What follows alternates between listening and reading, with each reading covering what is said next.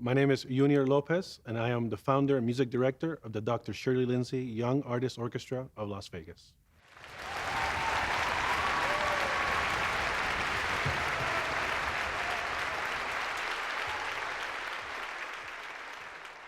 I first got involved in music in the 6th grade. I was 11 years old, and the reason I got involved was sort of what my peers were doing.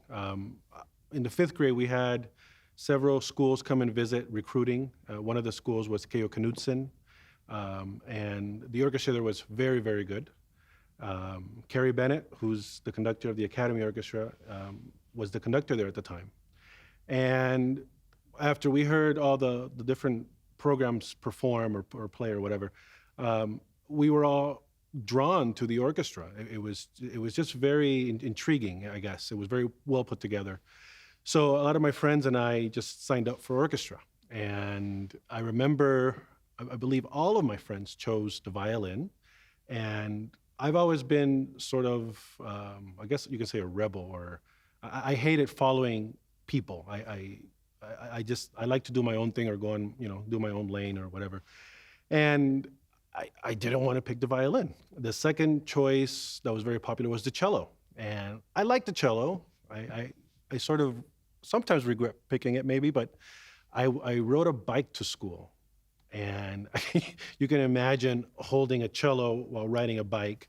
And my route to school involved a lot of hills. So I had to go uphill and then downhill. And I thought, if I ever tripped or fell or something, that wouldn't go over too well. So we had two options left, which is a bass, which I guess is way worse than the cello, and then the viola, which sounded a lot like the cello, and no one else was picking it. So I said to myself, this is it. I'm going to play the viola. And that's how I first got involved in music.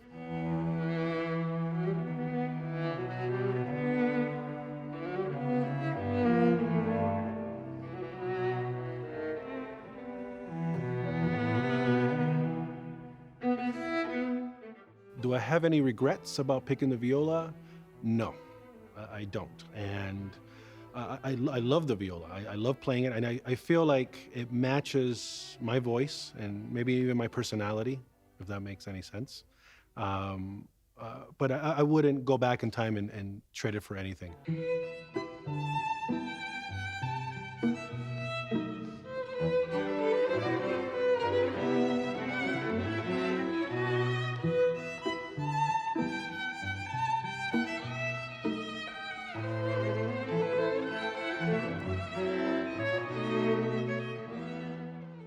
During my childhood, I also ventured into a variety of sports. I even ventured into board games.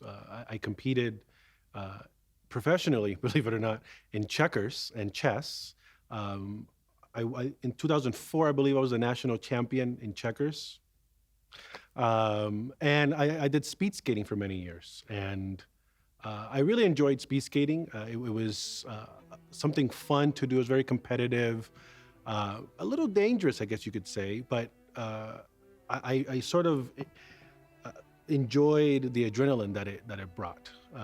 And I'm doing music, I'm doing speed skating. I was doing checkers and chess, which is, I guess you could say, a mind sport.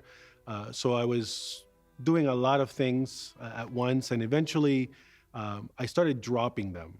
Checkers sort of took a back seat, and chess took a back seat. I stopped competing. I still skated. Actually, I skated all the way into college. When I went to the Royal Conservatory in Toronto, I would actually take a train outside of the city. I would travel for about an hour to get to this rink so I could skate. And that was sort of an outlet just to do something outside of what I was doing every day. But, I still have skates. I have a pair of hockey skates. I have a pair of speed skates. I have a chess set. I have a checker set. They're just things I do for a hobby, and I guess music became my primary, job or thing that I do in my life. So, and that's just normal. That's what happens.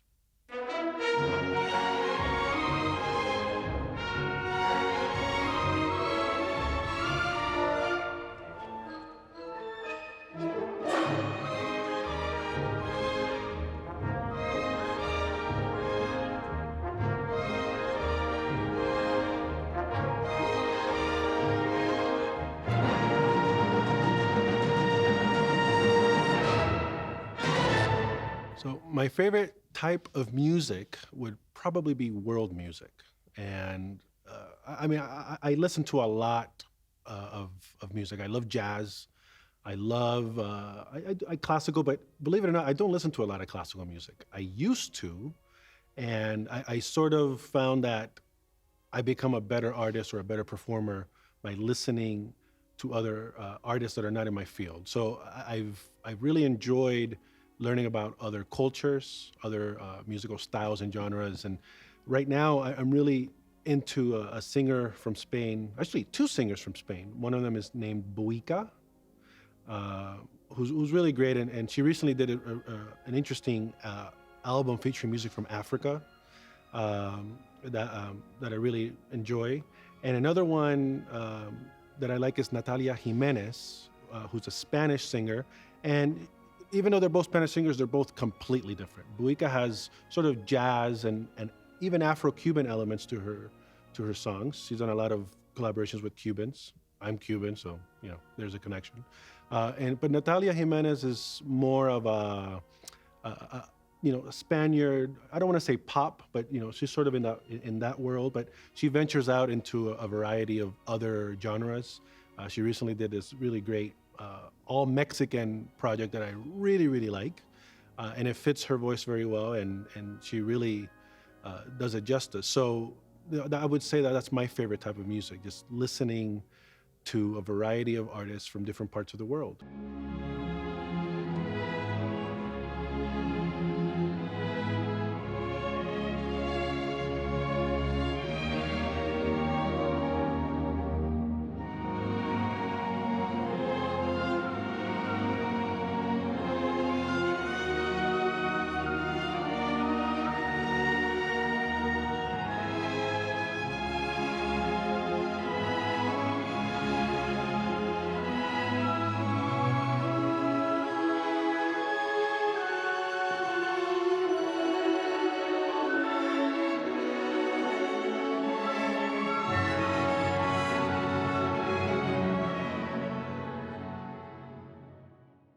What inspired me to start the Young Artist Orchestra?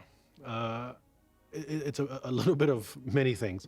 The YAO came to me after moving back to Las Vegas. And I've said it before, I never thought I would ever move back to Las Vegas. And one of the primary reasons was that I thought that Las Vegas didn't have enough culture or arts. I didn't think the city really put a lot of focus or heightened how important the arts are. And obviously, coming from Toronto, I studied there for 6 years. Uh, there's a concert almost every day of the week, multiple concerts every day of the week. So, at that moment in my life, I never thought that I would move back here because I just didn't see how we could relate besides me growing up in Las Vegas. Um, and my wife got a job here. At the time, we were dating, and she was thinking of moving back to Puerto Rico, and I was sort of against it. Nothing, against Puerto Rico. I just wanted to be with her, and I felt that that move was a bit of a stretch, and I tried to do the best for the relationship. And believe it or not, I went online and I applied at all these jobs, and one of the jobs that called her back was here in Las Vegas, and they offered her an interview, and she took it. And then we didn't hear back, and eventually I said, you know what? You sort of have to pressure people to give you a response. So we bought a flight and we came to Vegas. She told the company, I'm here, and they interviewed her here and offered her a job. And within, I think it was 2, 3 weeks after that, we were here. Now, during that time, I was traveling a lot. I was a guest conductor for a couple orchestras, and that was interesting because if I would have won one of those jobs, they would have offered me, some sort of deal to move to another city to be their next conductor or whatever. And it didn't work out, and I guess that was for the better. And but I was traveling a lot, working with the Annex Quartet, my string quartet in Canada, and I was conducting.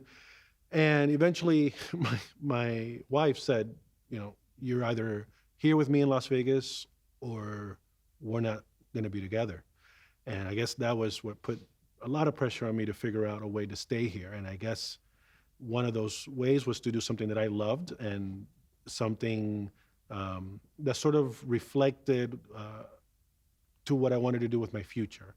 And I think the reason I structured the Young Artists Orchestra the way I did was based on my experience in Toronto, but also my experience as a student.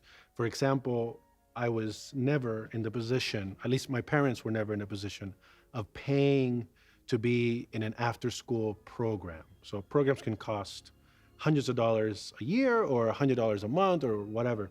It varies from city to city, but we were not in a position to pay for something like that. So I didn't want to create a program that would put financial burden on families. I also thought that I could create a program that performed at such a high level that it would pay for itself, that people would see the value in it, and that they would be willing to pay a high ticket price to sustain a program because they saw that it was valuable to the students and valuable to our community. And I think for the most part, we've had now almost 6 years, and we're still a tuition-free youth orchestra program. So it has been working, and I can't be happier. And that's sort of how it started.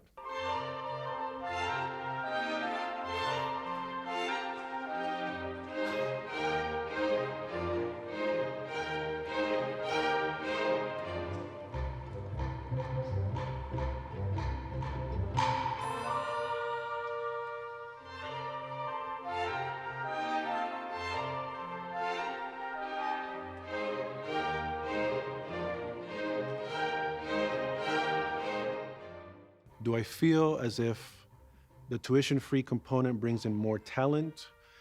I would say yes, and the reason is if a program was going to cost, let's say, $500-600 a year, you would get a lot of kids who would be intimidated by that, knowing that their parents probably could not afford it, for example, and then they would just not even apply. And I think the idea of you working hard and being rewarded by participating in this program for free and then growing from there, I think that probably does open the door to a lot of students.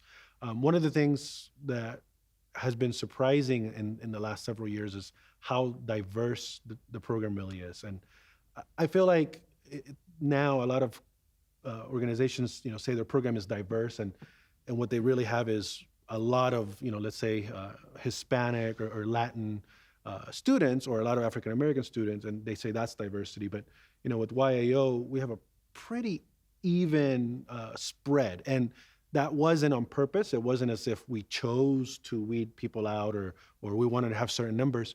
It just happened that way. Those are the students that we're bringing in, or that we're attracting, and I believe that's happening based on the programming that we're hosting. So, we've done concerts featuring Chinese music. We've done concerts featuring rap music. We've done Cuban music. So, there's been such a big variety of cultures and musical styles that it attracts a variety of students. And I think the free tuition component just sort of makes it even better. Already the step between spirit and matter. Thomas Space lover, the hater can't debate the way that I relate to everybody from a different realm. Inside of my recover, how your mind is at the helm. Nightmare on Elm Street can't seem to reach me. Only using beautiful tools of mine that'll teach me. Deleted the demon, decreasing the peace of my breathing isn't depleted. If you got a problem with the economy, then please believe it. What I enjoy most about being the artistic director of the YAO, I guess, would be programming. It's kind of nice having the power to just say, these are all the things I want to do. Believe it or not, in the last 5.5 years, we've done over 100 concerts and events, which is pretty crazy, I guess. We're doing an average of about almost 20 concerts a year.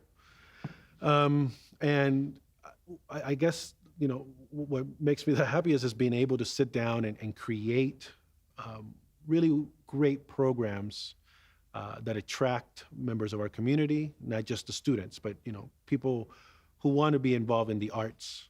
And I think going further into that, I believe the most rewarding part is literally creating new performance experiences or even programs that were not available before. For example, last season we did One Night in Havana, and that was an idea I had for my quartet in Canada, and we didn't get to do it. So I said, this would be great to do in Vegas, and we commissioned a whole symphonic concert featuring a Cuban singer, and it sort of brought me closer to my culture and my roots. And I think, having the ability to do things like that is probably the most rewarding or one of the most important parts of my job. He venido a decirte que te sigo queriendo. He venido a decirte que te sigo amando, que quiero estar contigo cada día más y más.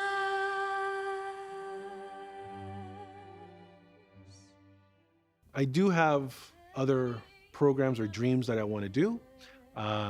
I would love to talk about it now, but I feel I've always been the kind of person that, I come up with all these ideas and I write them down and I keep them for, could be a year or two, and then I act on them. There's one right now that I'm really, really into. I think it would be a major event. We're talking about several thousands of people in attendance. And I think we can pull it off. Unfortunately, right now with COVID, that's not something we should really think about. But I do feel post-COVID, we would be able to visit that idea and that project, and it will get implemented eventually. I would love to tell you about it now, but that's not going to happen.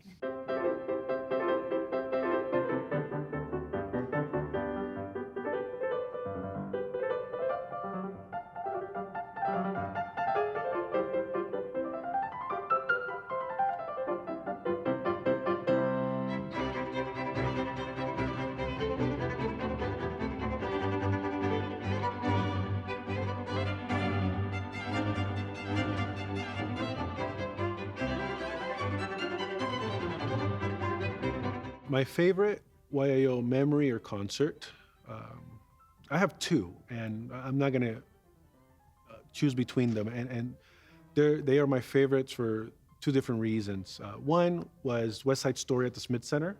I think that concert really showcased both of our groups at an extremely high level. Personally, I believe the orchestra that we have this year possibly is a much higher level than that orchestra. But, we're in times of COVID. But, I believe that was where you want, I guess, how can I word it? That is a pinnacle of youth orchestra playing. They sounded like a professional orchestra. And they played to a very large audience in a beautiful space. And it felt great. It's running a tuition-free program.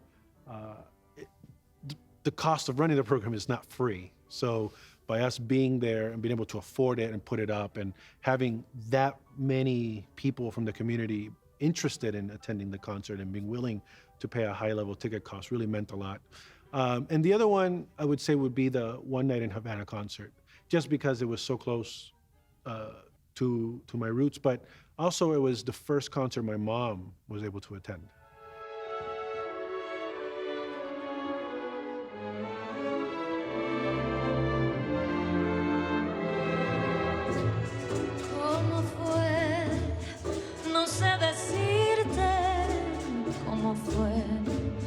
No sé explicarme qué pasó, pero de ti me enamoré.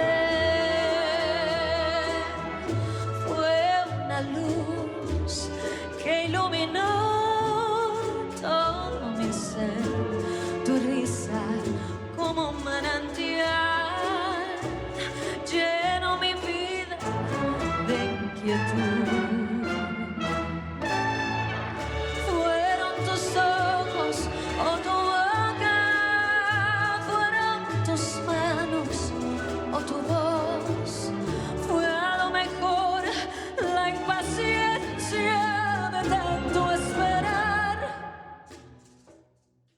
What I would love to see YAO do in the future is move into a large facility that could accommodate an expansion of the program. I mean, that could be a school, or it could just be having more youth orchestra programs, but also just being able to maybe even host more events in our facility.